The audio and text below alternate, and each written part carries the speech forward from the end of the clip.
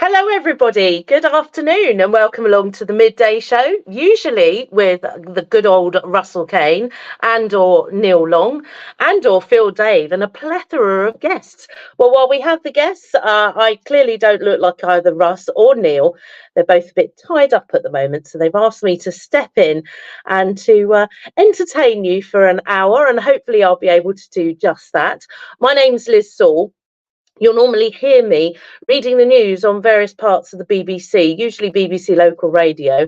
Currently, it's BBC Three Counties radio, which you can hear in Hertfordshire, Bedfordshire, and Buckinghamshire, and also on BBC Surrey, Sussex, and Kent at times, usually BBC Surrey, but the others as well. Also reading the news, but sometimes they allow me to be in charge and shoo people around and create some of the stuff you hear on the radio. Either way, I've been let loose from my BBC shackles, as it were, today in order to chat to you. And Neil normally on a Wednesday, I know, has a sort of a slight NLP/mental health slant to his programme with tips and information. I might start off with a bit of that. Welcome along, everybody. Please feel free to comment and to join in and tell me your comments as well. But what I thought I might start off with is, because I don't know about you, but the last week or so for me, I'll be honest with you, they've been a bit meh. You know, the sort of thing where you're not quite sure, you can't put your finger on it. Work's been quite busy. It always is quite busy. I usually work 6 days a week, but I've had a couple of days off because it's the Jewish festival of Passover at the moment. So Chag Pesach Sameach to everybody of all faiths and none. But there's been an assortment of other things. And I notice I'm not the only one who's seemingly going through the mill and seem a little bit sort of discombobulated, if you like. I know both Russ and Neil like that word. You know, people all going through tough times. On a personal level, my mum, who passed away nearly 4 years ago now, and you find there's never-ending paperwork. I'm still sorting out certain aspects of her estate, you know. You're effectively rounding up someone else's life, and that's really huge and difficult.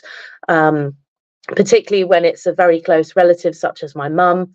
And my mum and I had a very close relationship, which I realised not every child and parent has with each other. And we used to do all sorts of things together. I joked with her always that she's unconventional, and I'll still talk about her in the present tense because her spirit is very much still around. But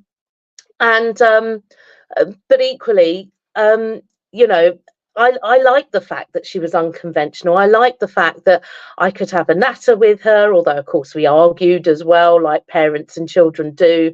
But we'd go to different places. She worked as a journalist, so she got invited to all sorts of things. And it was really very exciting. It was really very nice. And that's huge when that sort of physical aspect disappears from your life. And I'm sort of reminded of it because I'm sorting out some more paperwork that needs seeing to over the last week and culminating at the end of this week, hopefully. So I just wanted to know, I know from some of you that listening in and watching this afternoon, this lunchtime, that you all have been in similar situations. And please feel free to share those situations and share those experiences, because if there's nothing else, we do need to talk about things. It is good to talk about things, and it's not about oversharing or posting all sorts of things on social media. Here's me doing this and doing that, and it's just about being. Just be. It doesn't have to be anything exciting. It doesn't have to be anything that's you know, particularly earth-shattering. It could just be, do you know what? I've started up today, I've woken up today, and I just feel a bit meh. And I need some little thing to cheer me up. And the little thing could be something simple, like going to your favourite coffee shop, or getting a nice meal, or going and having a sandwich, or finding that deal, you know. And it's important that you're able to talk about these things, to acknowledge these things, not bottle things up, you know. and to make sure that you can talk to people, talk to your nearest and dearest. And I've got a message already this morning from Neil, who, as I said, is otherwise tied up. He's on holiday with the boys in Hayling Island at the moment. And he says, thank you for filling in and being brave to discuss what you are. We've all been there, and it is good, if nothing else, to have an open forum. Well, we have that open forum here. And thank you, Neil, for dropping in to have a look and making sure that everything is running shipshape. I must apologise on both mine and Neil's behalf for the technical problems that we did have on Monday. Hopefully they are now resolved. And we will get the guest we had on Monday back again in the not too distant future. I believe Russ is just confirming a date, so that's good. As I was saying, it's good to have a chat about things. It's good to make sure that you acknowledge if you're feeling a bit meh, if you're feeling a bit rubbish. There's various techniques that I use. I try and think of small positive things, as I started to mention. It could be a nice cup of coffee or tea. It could be that you go somewhere that makes you feel peaceful. Now, interestingly, I'm not religious in the slightest, but because it's a Jewish holiday at the moment, and I went with my dad to synagogue, and I wouldn't say it was peaceful going to synagogue, but I think the change of scene helped me do a bit of a reset. I certainly helped me put things into clarity. And there's an awful lot going on around me and that demand my attention at the moment. My emotional bandwidth, if you like, is full. It's really full. But equally, I sort of try and focus on it. Work helps me focus as well. I know somebody who has lost a relative recently, and they were like, do you know what, I'm going back to work. And some people around that, what, are you sure? Is that a good idea? And they said, do you know what, actually, because it gives me focus, because there's some things that can't happen immediately. Some of the, local authorities dealing with things, or that you can't have a funeral right away, or various everyday things. And you think, well, I might as well go back to work, because actually it gives me a focus. Hello to Robert Van Buren. Now, I know that Neil is listening. He says this isn't streaming on Facebook. It should be streaming via the Espresso Bar or via Russ's Facebook page. So I'm not quite sure why it's not. But thank you for letting me know. Hopefully Neil can try and check that. According to the list I've got, it's streaming on Facebook via Russ's page, via the Espresso Bar, via the Midday Show on YouTube, also via LinkedIn. Russ's LinkedIn page also seems to be streaming as well. Hopefully Neil is able to check for me. As she says, looking interestingly at him. I know he's not very technical at all. He's looking backstage. And Robert Van Buren, though, hello, thank you for joining in. He's saying, let's have a look again. You can comment from YouTube, so I'm not quite sure why it's not streaming on Facebook at the moment. It should be. I did on my own Facebook page put a link out yesterday. So you should be able to look at that link and click on that link for it to start streaming. There we go. There's always a little technical gremlin, isn't there? Hopefully we are able to sort that out, because we did have a Facebook link sorted out. So fingers crossed for that. Now, I do hope to welcome a couple of guests, which is always good. My first guest I can see has appeared in the green room, so we'll go to him in just a few moments' time. But as I was saying, just to go back to technical problems aside, just to go back to talking about making yourself feel okay if you're not sure about things at the moment, if you are feeling a bit discombobulated, to do little things that help you, do nice small things that will help you to feel a bit better about yourself, and also to give yourself a rest.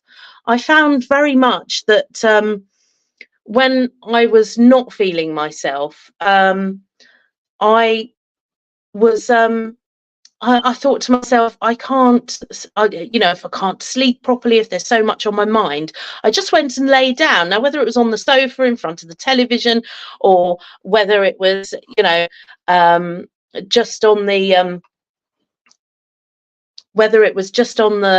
sorry, I'm trying to do technical things as well at the same time, multitasking, who'd do it? I'd also say to myself, do you know what? I just need to lie down and rest. I'd have the television on. I'd maybe read something. I'd maybe have a drink. I'd maybe play some games on my phone or my computer or something like that. But I thought to myself, at least I'm resting. And that's a very important thing in self-care, to, check in with yourself, make sure you're okay. Thank you to Paul, whose message to say he's checked on Facebook. And it doesn't seem to be live. I don't know why it's not live, because it does say that it's meant to be going live.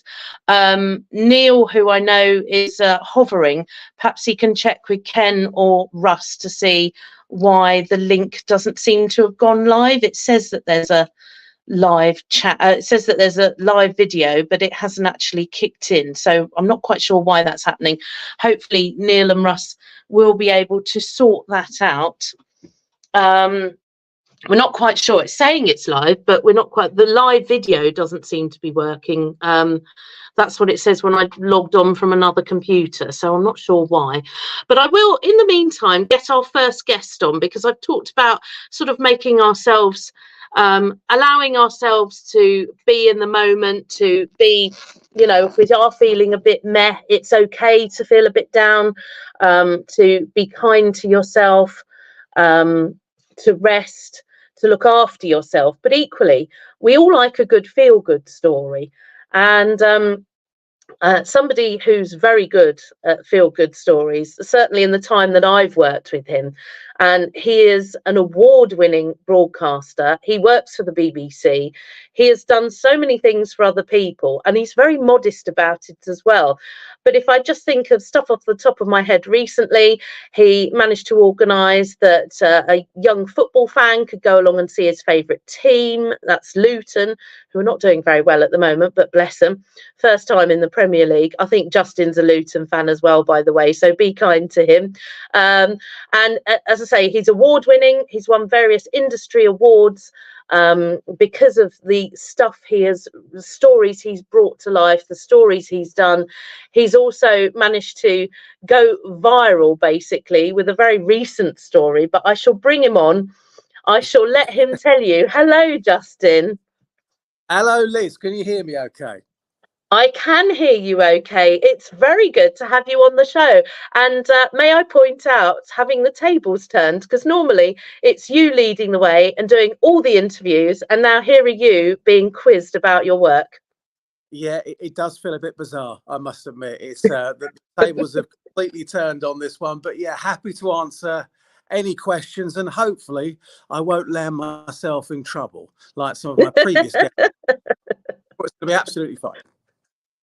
Oh yes, I'm sure it will be. Although I should also point out that some of your shows, you just can't switch off. You currently do regular weekend mid-morning shows from 10 until 2 on BBC Three Counties and Northampton. And I'm safe to say it's normally absolute mayhem. Tell us a bit about it. Yeah, the show's been going since last September now. And the thing about the shows is it keeps me on the edge of my seat. You never quite know what is going to happen. And that's a great thing, I think, as a broadcaster. If you're presenting a program and you're thinking, right, what is going to happen in this section? We simply don't know. It keeps you on the edge of your seat. And I think what makes the shows that we do are the calls. We have some, how can I put this? And they won't mind me saying this, Liz, but we have some very crazy listeners. And they're willing to share stories. Sometimes they will share stories that make you laugh out loud. And the next show, they could be sharing a story that is so deeply moving. So it really is a little bit of everything. And you're right, with the shows that we do, we try and do a lot of feel-good stories, because it sounds a little bit naff, but I just think that with the position that we're in, we are in a position where we can genuinely make a difference. So we're Yes. using our platform to help other people, and we've been very, very lucky that we've come across some good people that are willing to help us to get a good end result for our listeners. Now, you mentioned that you have stories that are really crazy or they make you laugh out loud. The one that I can think of in particular is when you did the ice cream van karaoke and you had a rather famous person join in. Yeah, ice cream van karaoke is well, how does this work? So whenever we see an ice cream van, and that could be at any point during the year, and they pop up at random places. So sometimes in half term recently, it's not been particularly warm, but ice cream vans out there, loads of kids think, I'll make some money. So what we do, we turn up to the ice cream van with a microphone, and we go up to those people in the queue. We invite them to sing, and if they sing well enough, we would then go and buy their ice cream for them. So it relies on two people being absolutely awful or absolutely brilliant. Now, the one that you're referring to was a slightly different one. It wasn't ice cream van karaoke. It was Okay. sing us a banger for a banger. So this was in Hemel Hempstead, the back end of last year. So we have gone to a hot dog stand, all the sizzling, which is great for radio. And we've stood there and we've invited people again in the queue to sing. And if they sang well enough, we would then go and buy them their hot dog. Sing us a banger for a bang. So similar premise. Similar premise. We've done drive-through karaoke as well, where we've waited at McDonald's, Kentucky Fried Chicken drive-throughs. But for this particular one in Hemel, and I had no idea, but that there was a member of E17 that just happened to be living in Hemel Hempstead. It's just before Christmas. He's a bit far from E17 then, isn't he? Exactly. You think of E17, you think of Stay Another Day. This is just before Christmas. Yes. For those who are not familiar with UK postcodes, because we have listeners internationally, Justin, as well, in New York, in America and Canada as well. E17 refers to a London postcode in the Walthamstow area of London. Very, very true. So we had a member of E17 that happened to be just walking past the hot dog stand. We've gone up to him and said, we're from the BBC, sing us a banger for a banger. He performed Stay Another Day, and we then disqualified him for being too authentic. And that's why we made it up and down the country. And yeah, it was just one of those completely random moments. We happened to be there at that time. A member of E17 walks past and we disqualify him. It made the Sun, the Metro. It went absolutely everywhere, but it was good fun. It was good fun. It went viral, it's fair to say. It appeared on the BBC News website front pages. It was the most watched. It was the most read. And there are an awful lot of stories like that are making their way onto the BBC News front pages. We are in a world of multi-platforming. It's digital. It's not just on the radio. You can hear your programme on BBC Sounds. You can hear it online. You can read about it as well, because things appear as online news stories and things. Tell us about the one where you took the, I'm trying to think of a recent one that you did that was quite entertaining. There was the ice cream man van who actually owned the van, and that created all kinds of fun and games as well. Yeah, I think that the biggest one as we sit here at the moment happened just a few days ago, actually. So this was Daniel Fairbrother. Now, Daniel is from Stevenage in Hertfordshire, and we first met Daniel back in January. And we met him because he was going to be running the London Marathon. Nothing unusual about that. But he'd managed to get this fridge that he called Tallulah. And he was going to be running the London Marathon with a fridge on his back. And again, people have done that previously. So there was nothing too unusual about it. But what he told us was that when he was out and about running in Stevenage, preparing for the London Marathon, because you can't just go and run 26 miles. You've got to build up to this over months, especially if you're doing it with a fridge on your back. So that's quite a hefty thing. It wasn't a double decker type fridge. It was a single thing. It was just the fridge, not the freezer as well. No, it was, but it was big enough, Liz. It was big enough. And I saw him having to have this thing put on his back with straps. He had to sit down and then slowly ease his way up. But when he was out, I think it was about 9:30 at night in Stevenage back in January, suddenly he can see some blue lights, and it's the police. Uh-oh. And the police have pulled him over because they think that he's stolen this fridge.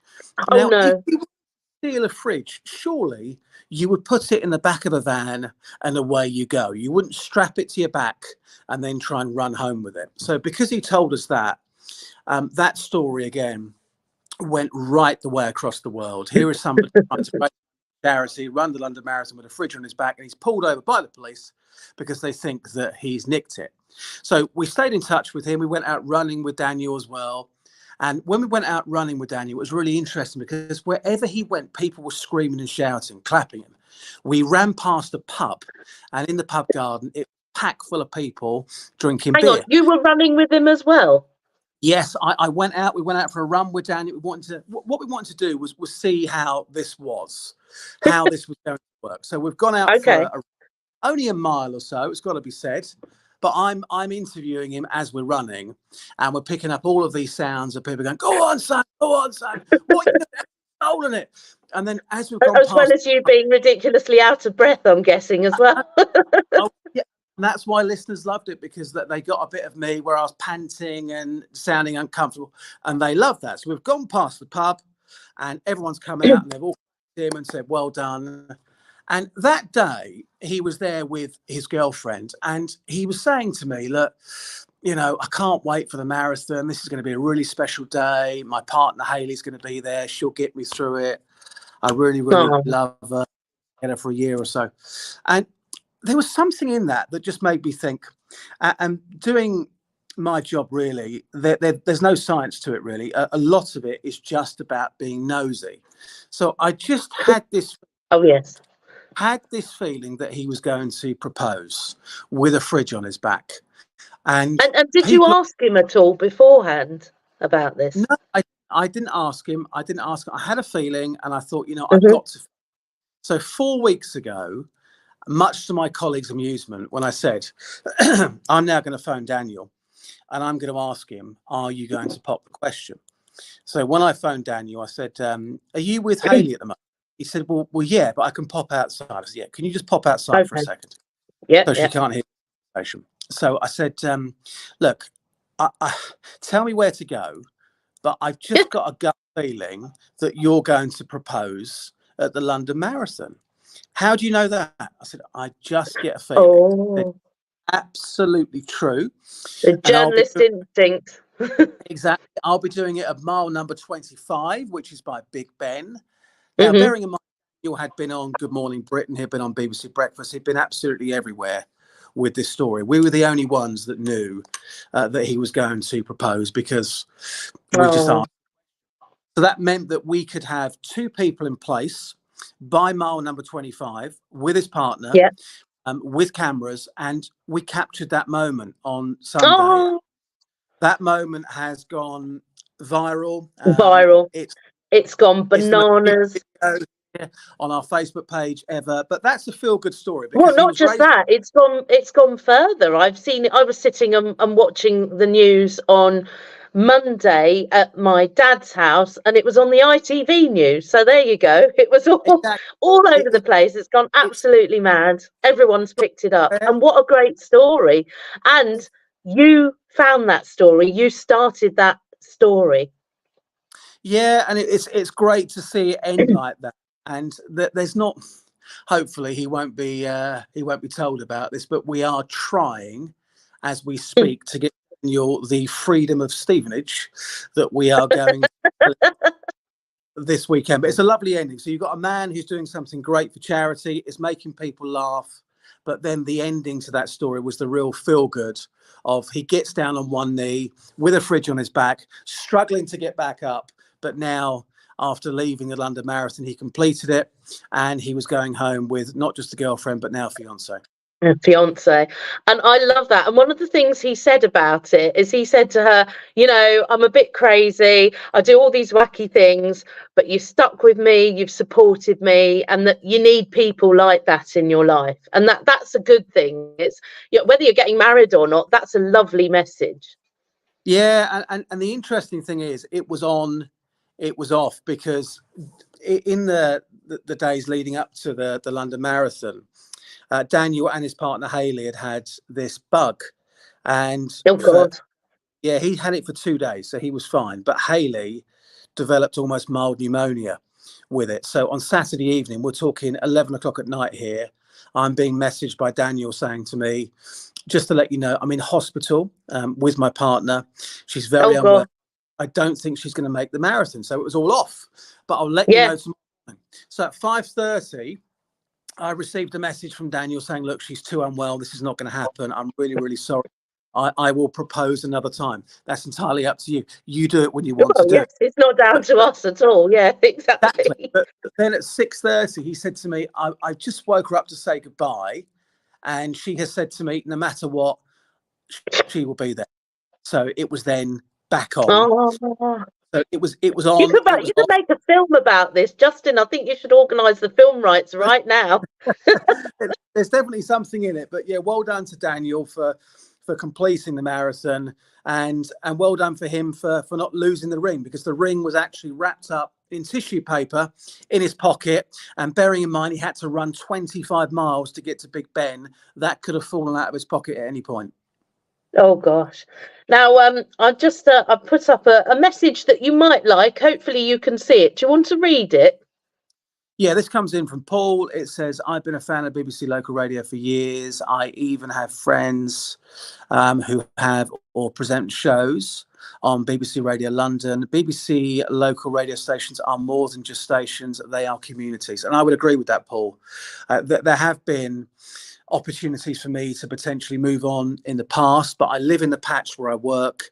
And when you're making, again, it sounds a bit cheesy, but it's absolutely true. When you can make a difference to the community that you live in, there is no better feeling than that. I could go and work on a radio station and I could help things happen elsewhere, but it wouldn't be a community that I live in. So at the moment, I'm speaking to you from Bedfordshire. I live in Hertfordshire and we cover Bedfordshire, Hertfordshire and Buckinghamshire. So I know that when people come to me and they say, I need your help, can you help out with this? We know those people. They're essentially our neighbours. And that's why that relationship is so strong, because when you go to a town or a village in your patch, you will be going back there at some point in the future. So that relationship you have has got to be a strong one. Often you get stories where nationals will go in, they can do whatever they want because they know they won't be back in that town, that village or that city next week or the week after. So that's why local radio for me has always had the edge, because that relationship between the presenter, the reporter and the people is genuine. It's real. And as you can see, there's certainly appreciation here. We will, and just to do a bit of housekeeping, my next guest that will be on in a few moments' time is a chap called Darren Altman. He's ready and waiting and primed in the green room. So just to let you know, a bit of a tease as to what's coming up in a few minutes' time. Do a couple of hellos. You've just read out that message from Paul Claridge. Must say hello to Julie Voice. She always tunes in. Depending on the day of the week, it depends where she is. She's in a car park. I believe she's waiting to pick up her mum or drop off her mum. Forgive me if I've got that slightly wrong, Julie, but hello and thank you for tuning in. Fat Scotty, who's listening on MSN. We still seem to be having a few issues with the Facebook stream. I don't know why it hasn't kicked in, but we shall endeavour, if we can't before the end of the programme today, which finishes at 1 o'clock, we shall try and get it that it's then you can watch it again afterwards, and we shall post it onto Facebook on that basis. I don't know if Neil or Ken or Russ, who are our technical team behind the scenes today, managed to sort something out. Now, as I said, we're going to hear from a chap called Darren Altman in just a few minutes' time. But Justin, I know you're very modest. You talk about being in communities and living in one of your local communities and talking to people who are local, and that you really enjoy that. You really enjoy finding out what people are up to. Essentially, I'm trying to politely say that you're really nosy, but I guess that's what helps you do your job. But you've won awards in the past for this, and you're up for an award again this year. Tell us about that. I know you otherwise have to drag it out of you, but please do tell us, and how I think people can vote, can't they? Yeah, they can do. I've been very, very fortunate. I always say that when we've been successful with the awards, it really is, it's the listeners that make the awards entries and have made us win all the awards that we've won, because they we're in a situation where, like I mentioned earlier, that they'll say one thing that'll make you laugh out loud 1 minute, and the next they could be sharing something so personal with you, and we're very, very lucky to have that. So the one we're up for at the moment is a really big one. It's the Radio Times Moment of the Year, which is all part of the Radio Academy Awards, which are known as the ARIAs, the Radio Oscars. That's coming up in 2 weeks' time. This one's a public vote. This is the third year in a row that I've been nominated for the Radio Times Well Moment. done, you see. Well done, you. And the last two were, the first one was how we helped a lady called Patricia meet her birth mother for the very first time on her birth mother's 100th birthday. So she'd found her birth mother, but unfortunately these were COVID times, and she wouldn't get into her car and travel to meet her mum for the very first time. So we managed to get her written dispensation to get into her car so she could meet her birth mother for the very first time on her birth mother's birthday. An incredible story. Last year it was Brenda Edwards, and she was singing a song for her son Jamal, who sadly passed away. That was on his birthday. This year it's a really special one for me. Not that the other two haven't been, because they have been, but this one really holds a place in my heart, because you mentioned about Luton Town. I am a Luton fan, and this is the Radio Times Moment of the Year, Luton Town getting promoted to the Premier League, which was back in May last year, which was one of the biggest miracles ever. Luton Town getting to the Premier League. What makes it special was that I was sat there with my dad, and my dad took me to Luton in 1985, and he was very unwell at the time, and I kind of knew that this was probably going to be the last game that he ever went to. So that penalty, when it flew over the bar from Coventry and Luton won on a penalty shootout, my dad did die a few weeks later, so that was the last kick. Oh, bless you. For his last ever game. So there's a moment of me in the stands with my dad, and then you'll hear a moment with my colleague Simon, who's talking about his father, who had sadly passed on, but he was talking about him being there and remembering him on the day. So yeah, people can vote. They can go online, just go to the Radio Times website. It's the Radio Times Moment of the Year, and the one that I'm up for is Luton are promoted to the Premier League. It's something that will live with me for the rest of my life, and it's an award out of all the ones that I've been nominated for, and I'm eternally grateful for all the nominations. This is the one that, from a personal point of view, I would really, really like to win. Now, where can people go and vote on this? They never make these things easy, Liz, I can assure you. They can find the details on my social media platforms. Just search for my name, Justin Dealey, which is spelled DEALEY, or just go to the Radio Times website, type in, if you Google Radio Times Moment of the Year, it will then come up in front of you. You'll see the 10 entries. Just click on my one, Luton are promoted to the Premier League, and then just below it, you'll see something that says choose, hit choose, and that should register your vote. But yeah, any help that people can give us to get that one over the line. We are massive underdogs, like we are every single year, but you just... And like Luton are at the moment, I think they're a point from safety for the football fans among us. They're a point from safety. There's all sorts going on with points deductions, and it's been a very interesting season. But look, whatever happens, this was always more about a season in the Premier League. This was about making sure they got the money from being in the Premier League to build a new ground, which will be in the heart of the community, which will transform Luton. So if they do go down, I think every fan will say they've given it absolutely everything, and we've got no complaints. But hopefully, Liz, miracles can happen again, and they can. Well, given that my team are at the top of the Premier League, and no, it's not Manchester City for a change, momentarily, it's Arsenal, my home team from where I'm from and where I grew up. Um, and it's again, though, on a serious point, back to that community thing. It's making a difference in the community. And these are little things. You and your dad going along to the football. It's what every historically father and their son would do, parents and children these days would go along to the football, enjoy a Saturday afternoon and see other football fans there. And it's a good camaraderie, it's a good feel good thing. And that then translates into, as you say, this moment in radio, which is now up for an award.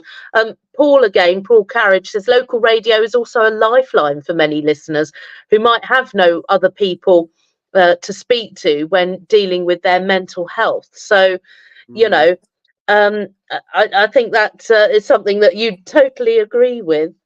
No, I would. And what I would say, just to kind of back you up there, Liz and Paul, I was doing a late show during the pandemic. And that's when local radio for me really came into its own, because these were Yes.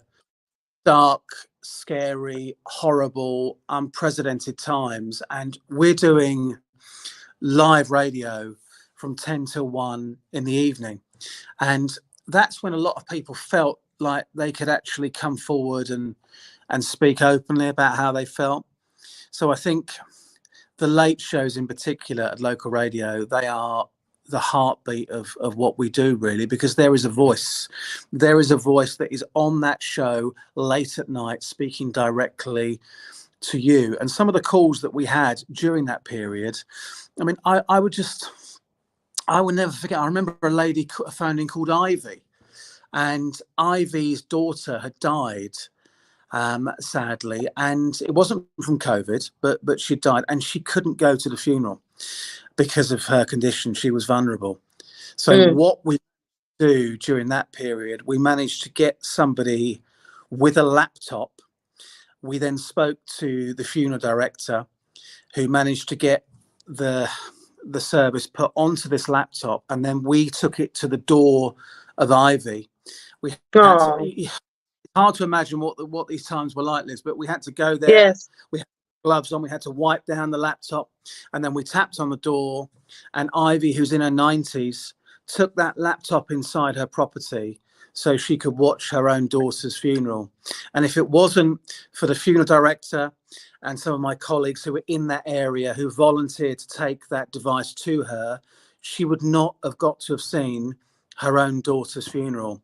So when I think back to those times, that's when, for me, local radio came into its own, really, because it was such a horrible time. People were so scared. And it was the people on the end of those microphones, like you and I, that were almost giving hope to people in a situation that's so hopeless. Let's just catch up with a couple of comments. Graham Pack says, "I'm sorry I'm late. I was on granddaughter's duty," which sounds like absolute mayhem as well. Speaking of the mayhem that you cause as well, Paul has also said about while presenting. Bear with me a second. While presenting the breakfast show on Riverside Radio a few years ago, I interviewed porn star Lindsay Drew and bent over live in the studio for 90 minutes. No mention of sex or porn. That's very good to hear.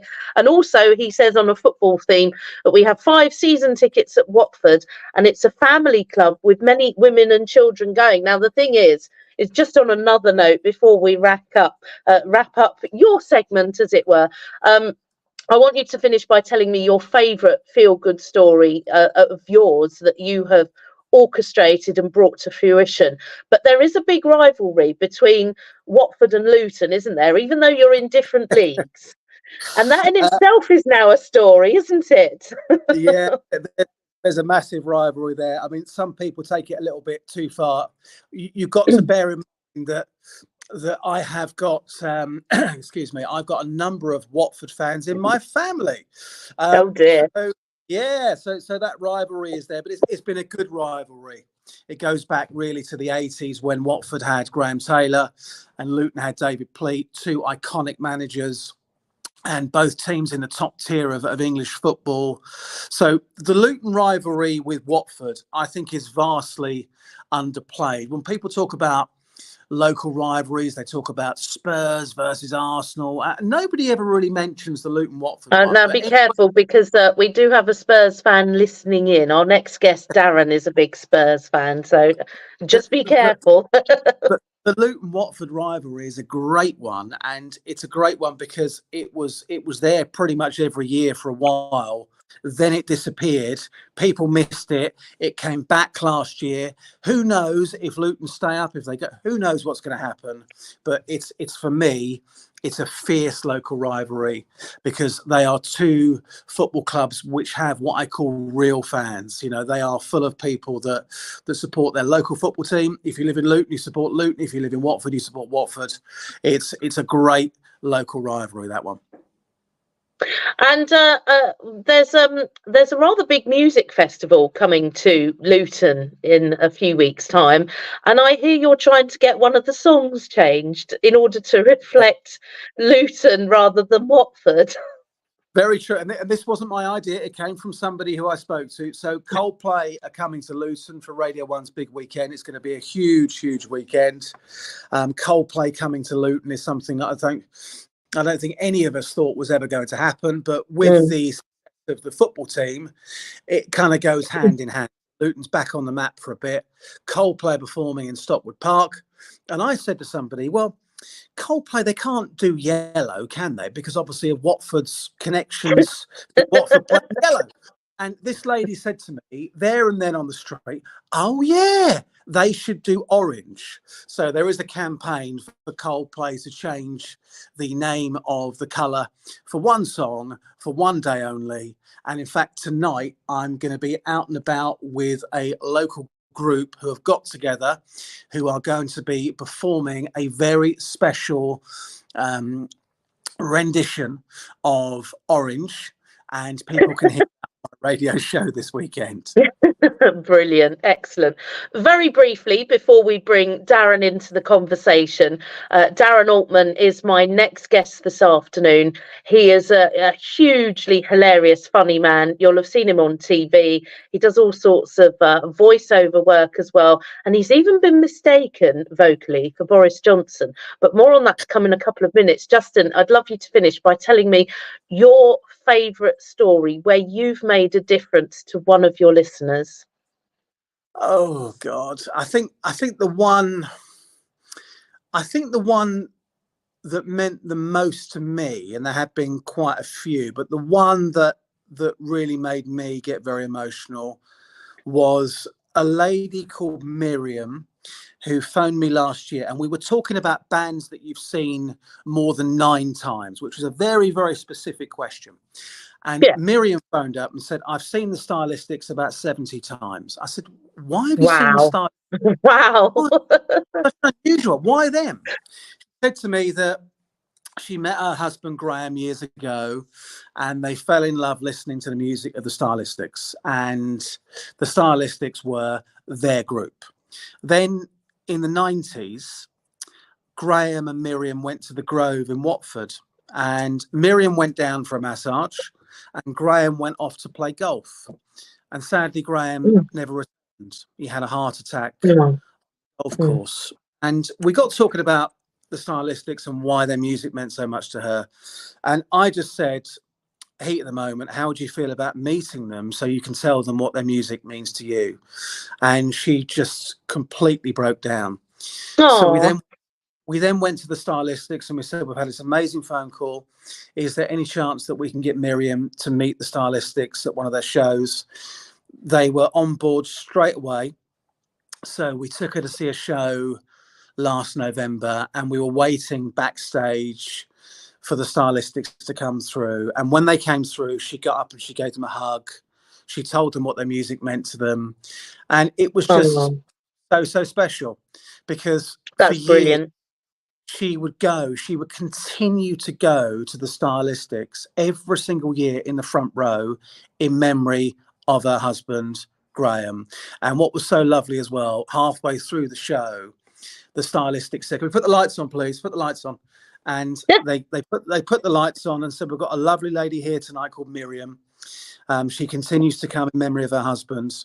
She's here. Miriam stood up. She got a huge round of applause, and it was absolutely fantastic. That's probably the one in recent times in particular where I think to myself, that was really, really special, because that lady got a chance to tell the group just what their music meant to them, and also for the stylistics, for them to hear what their music means. I think for them was great as well. But it was fabulous to be involved that night.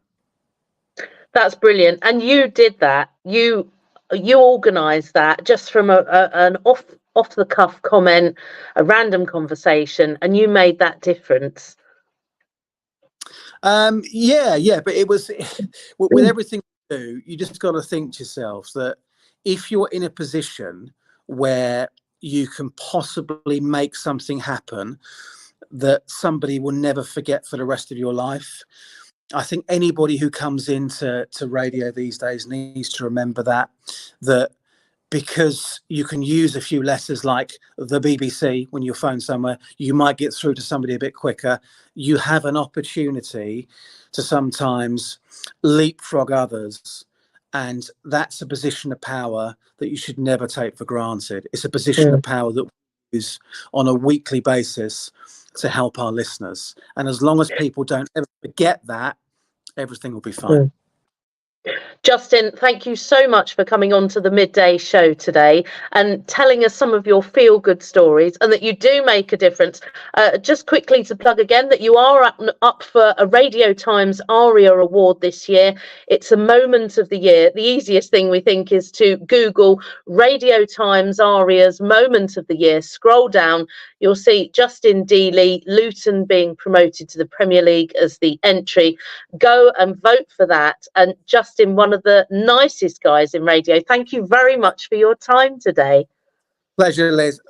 Have a good day. I'll see you at the weekend. Thank you so much. Yes, definitely. Take care. Bye-bye. And without further ado, I'm going to bring on our next guest while we're feeling good and trying to get some good vibes in the little things this morning. That's not to say that Darren Altman is little. He's been on Saturday night television. He's a comedian. He's a voiceover artist. He's hilariously funny. Good afternoon, Darren Altman. Welcome to the Midday Show. Hilariously funny. Wow. How you doing, Liz? Nice to be here. Thank you so much. I'm good, thank you. We are having slight technical issues, but I'm pleased to say you do have an audience this afternoon, and I'm sure that if you tell us about some of your impressions or do some of your impressions, you've vocally been mistaken for Boris Johnson. So perhaps we better get that out the way first of all. Wow. Okay. I have done. So I'm a voiceover artist and I'm an impressionist. I've done deep fake Boris, which is on the BBC website, and I did a deep fake Jeremy Corbyn. So they filmed me and superimposed his face and just used my lips and all the gestures. We did a video. I went into a studio in Soho, and we did a video of Boris endorsing Jeremy Corbyn as Prime Minister, and then Jeremy Corbyn endorsing Boris, which was quite fun. Yeah, so it was amazing what they did. This was in the early stages, so it was quite a few years ago of deep fakery and all that, before you could just sort of do it on your phone. But yeah, that was good fun, really good fun. And are we going to hear a little bit of Boris, or do you have to kind of cough to get into it? Well, I mean, it's as simple as that to cough and be in the moment. And when you do Boris, you have to do the head gestures, the politician's thumb, which of course everyone has, including Rishi Sunak. Yes. Yeah, they all do that. Brilliant. They all do that, and a lot of arm gesturing and waving and things like that, and forceful hand gestures like this, I seem to find as well. Now, tell us how quite a few people, when I said that you were going to be on the show today, they said, "Oh, I know that name. Why do I know that name? Why do we know that name? Where did we first see you on television?" I did Britain's Got Talent a few years ago. They approached me.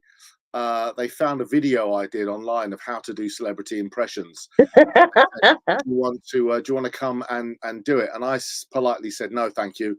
I said, my job is I'm a voiceover artist. So if I go on to Britain's Got Talent and bomb, that's not a very good career move. And they went away, and then they came back a year later and said, do you want to come on Britain's Got Talent? And I thought, oh, sod it, go on then. So I did it, and I sort of tweaked that video and wrote a script about deconstructing celebrity voices. And and I ended up reaching the semi-finals, and it was Well good fun. done. Yeah, it was good fun. And so it was a good career move in the end. Yeah, it was. I mean, I'm not famous, so you don't see me on TV. I didn't get sort of plucked, into fame and fortune, but it was good because it meant that I was more prominent, and people sort of knew, especially my job for voiceovers, people could come to me for impressions. So it was good. It's weird actually, because a friend played the audition recently, and I was in the room. It was just I said, "Oh, this is what Darren did," and I looked at the voices, and they've come on so much. Like even like Boris and Gordon Ramsay, I can't really look at them now because I just think there's so much more detail in there, and mannerisms and inflections that weren't when I did that. Yeah. But it's all an evolution, isn't it? I mean, even the people that you're doing impressions of will have new catchphrases or new policies or new things that they say. We do have a question for you, Darren. This is from Graham Pack. Is it better to have a person that has mannerisms rather than just someone boring and vanilla like Keir Starmer? So Keir Starmer is the current leader of the opposition. For the purposes of balance, because there are elections looming, we couldn't possibly comment as to whether he's boring or not. But as an impressionist, how do you find that? Mannerisms over people who are perhaps not very interesting? I mean, when you're on, because I do stand up on stage, so if I'm on stage, I can Boris and all that, and someone like Gordon, who's got all that. Okay, good. He's got all that, so that's good because you can get your teeth into it. But there are people that you don't even see. So, in Leeds, sisters Ellie and Daisy, in Derby, the Siddiquis. So if you watch Gogglebox, I mean, you don't see him, but so there's no mannerisms, Craig Cash, that is.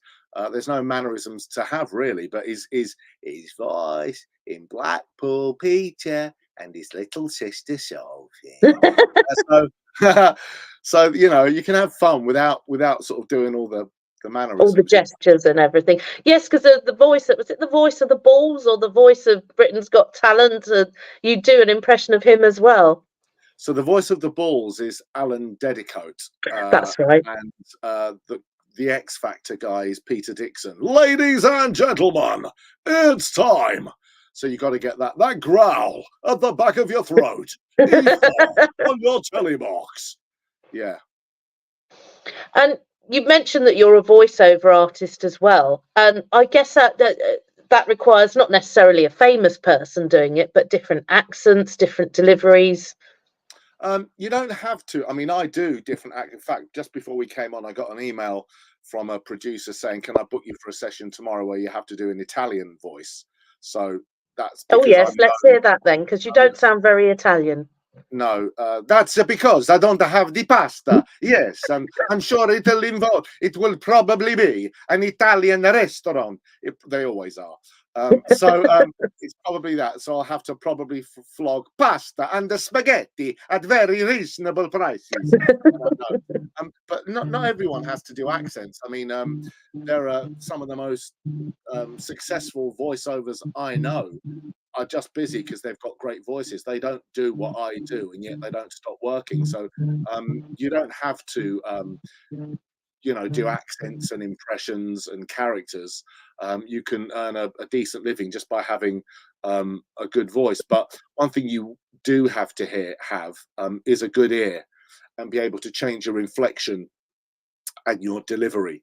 So even if you're doing something like a corporate video or e-learning, which you could say is quite dry content, you just explain stuff, clients will require you to have different tones. So whether it's formal, whether it's corporate, whether it's conversational, chatty, serious, light-hearted.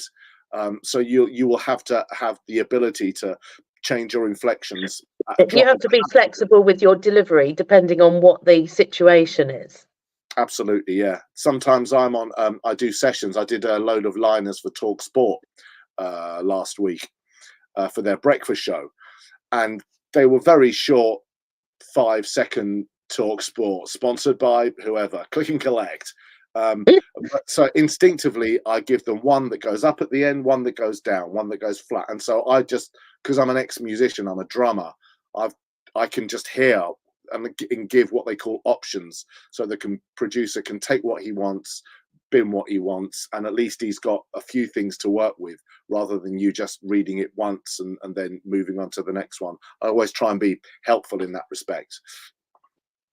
Yes, and I think that's important, as I said a moment ago, about that flexibility and being able to adapt and things like that. I mean, how long and first of all, how did you get into doing voiceover work? Did you just think, as I did, because I feel like I've got a very neutral accent and therefore I'm a broadcaster, I read the news because people find I have that authority, but I can be sort of, I can sort of do more light-hearted as well. When did you find that? Was it something you fell into, or did you think, do you know what, I'm going to make use of my vocal cords? I was, previous to being a voiceover, I was a professional drummer. That's all I ever did. I would do local big bands, and I learned to read music at a very young age. So I would just read pages and pages of like big band stuff. I went to Trinity. So you've always made a lot of noise, basically. Is what you're trying to say. Yeah, I'm a noisy. Yeah. So I went to Trinity College of Music on a Saturday. Then I went up to Leeds and did the jazz course in Leeds, graduate diploma. Then I came down and did a postgrad at the Guildhall School of Music and Drama. So I've always had a musical ear, and from a young age, I've always done impressions just because I did, you know. I mean, I'm probably showing my age, but when I was very young, I first started doing Roger Moore. Don't touch that, darling. We don't want you leaving so soon. Say goodnight to the man in the moon, Jessica, and all of that. And I always used to take the Mickey out of, take the Mickey out of Friends and do impressions of all my college friends and all that. And then I was a drummer, so I would play at Ronnie Scott's and record at Abbey Road and tour the world with various groups and do sessions. And it was what I did. And one day I downloaded a piece of software called Cool Edit, which is now Adobe Audition for those geeks. Yep. And I don't know why, but I made a very crude voiceover demo. And I sent it off, and lo and behold, I got my first agent. And quite quickly, they sent me off to do computer games and TV commercials. And I thought, oh, this is all right. It saves me slapping my drums, you know, double parking on Park Lane and slapping my drums up through the kitchens, up to the ballroom, and then down again. You know, I could earn more money in half an hour than I could do leaving my house at 3 and coming back at 1 in the morning. So it wasn't really a conscious decision, but I sort of fell into it, really. And for years, I was still drumming and doing voiceovers, and now it has been for years, full time. And yeah, I mean, there's not a day that goes by where I'm not watching drum videos and jazz, and you know. That's your passion, by the sounds of it. That's still your passion. Do you still play the drums every so often and annoy your neighbours? Sorry, entertain your neighbours. Entertain my neighbours. I don't. I should. I'm going to be moving house shortly, and I need to work out if I can put a drum kit somewhere, because yeah, I'm always playing and watching videos, and so yeah, I do need to sort that out. Yeah. What's the most unusual voiceover you've been asked to do? Oh, well, local radio adverts. If you're a plumber, you know, you may get a call to be a blocked drain. The other day, I had to be a sofa. It was from a removal firm, and they wanted me to be a lonely sofa stuck in a warehouse. So I did a voice like this. Oh, don't leave me here. And they put all sort of echo on my voice and drips to be this if I was in an old dilapidated warehouse. I played a superhero pig years ago. I mean, it's just where the writers. Was that on TV, or was that just for a voiceover? That sounds like a children's Yeah, episode. Children's cartoon. these were radio commercials. So, I mean, it's theatre of the mind, isn't it? You know, and if you've got a good Yes. producer who can put all the sound effects and stuff on, then yeah, but I get asked to do, I never know what I'm doing from one day to the next. It's great fun. Yeah. What's you said about unusual ones. What's your favourite one? Favourite voiceover? I don't know if I've got a favourite one really. I mean, I've done quite sort of high profile TV stuff and big radio ads that you can hear at the moment. Like I said, I'm on Talk Sport every morning, and there's a an advert that I'm on there. I do all the team sport indoor karting adverts that are on Capital Heart Talk Sport. It's funny, those they're it's the same script, but for the different radio stations, I had to do different reads. So for Heart, because it's mostly listened to by women, it was team sport indoor karting, you know, the thrill of the race, and it was quite upbeat and exciting. Yeah. And then Capital, it was a bit more team sport indoor karting, a bit more edgier, a bit more Edgy. grittier. Yeah. And then for Sport, it was team sport indoor karting. It was like full. So we had to do the same Although advert. that sounds slightly sinister and blokey. I suppose that's the idea with Talk Yeah. Sport, So isn't in it? Talk Sport, it's all like that, isn't it? You know, it's like, because it's listened to by geezers and people driving around. So it was So that was that's where people can hear you at the moment. yeah. I used to do a load of kids TV commercials, loads of those. If you had kids and you listened to Nickelodeon and Disney and Nick Jr. Crazy Claw, it's the new kids game that the whole family will love, and I end up talking like this all day and sounding like a bit of a knob. That was and loads of character voices, giggle wiggle, and then you end up talking like this all day. Yeah. Oh gosh, that would be slightly awkward if you answered your phone and it turns out to be something like, you know, the tax office or your insurance or something, and you're like, hello, we'd like to speak to Mr. Altman, please. Giggle wiggle, pardon. I've gone in arrears. I owe tens of thousands of pounds. Yeah. What are your next projects that we can look out for? Where should we find you? That's something I can't really answer, because I never know what I'm doing from one day to the next. I'm just trying to think if I've got anything that's due to come out. I was going to say as well, because you sometimes do some stand-up comedy, you mentioned as well. Is that with the impressions? Yeah, I do stand up. I've got a couple of things in September. I need to get some more gigs in the book there. But literally, I'm here in my studio waiting for the phone to ring or emails to land to tell me what I'm going to do. It's great fun, you know, and it's a lovely way to earn a living. And working from home, you're talking about men's health and mental health, yeah. You know, it means I can run every day and do my workouts and keep fit, because I'm not in an office. But conversely, it's not regular work. You know, I mean, I could be busy one day and I could have a few days where I do a couple of bits or nothing. You know, so we're constantly marketing. I do a lot of stuff on social media, put a lot of video content out there, and contacting production companies and ad agencies and producers and updating show reels. So it's an evolution. You never stand still, because if you did, you know, sort of out of sight, out of mind, really. So where can people find you online if they're thinking, do you know what, I'd quite like to book him for as an impressionist for a spot on a open mic night or a comedy night or things like that? Where do we find you? What are your socials? So Instagram is Darren Altman _VO for voiceover. TikTok, I do a lot of stuff on TikTok. That's me, Darren Altman. Or visit the website, darrenaltman.com. Just put my name in and type in Darren Altman voice, and yeah, you can get hold of me that way. But yeah. Brilliant. Would you like to give us one last impression before we round up for today? Would I like to give you one last impression? Now, you had one task, okay, Liz, and no, I'm speaking right now. You had to book me for a bleeding radio show, and you couldn't do that, right? So you got me a load of old tut. Okay, so it's with regret. Liz, you're fired.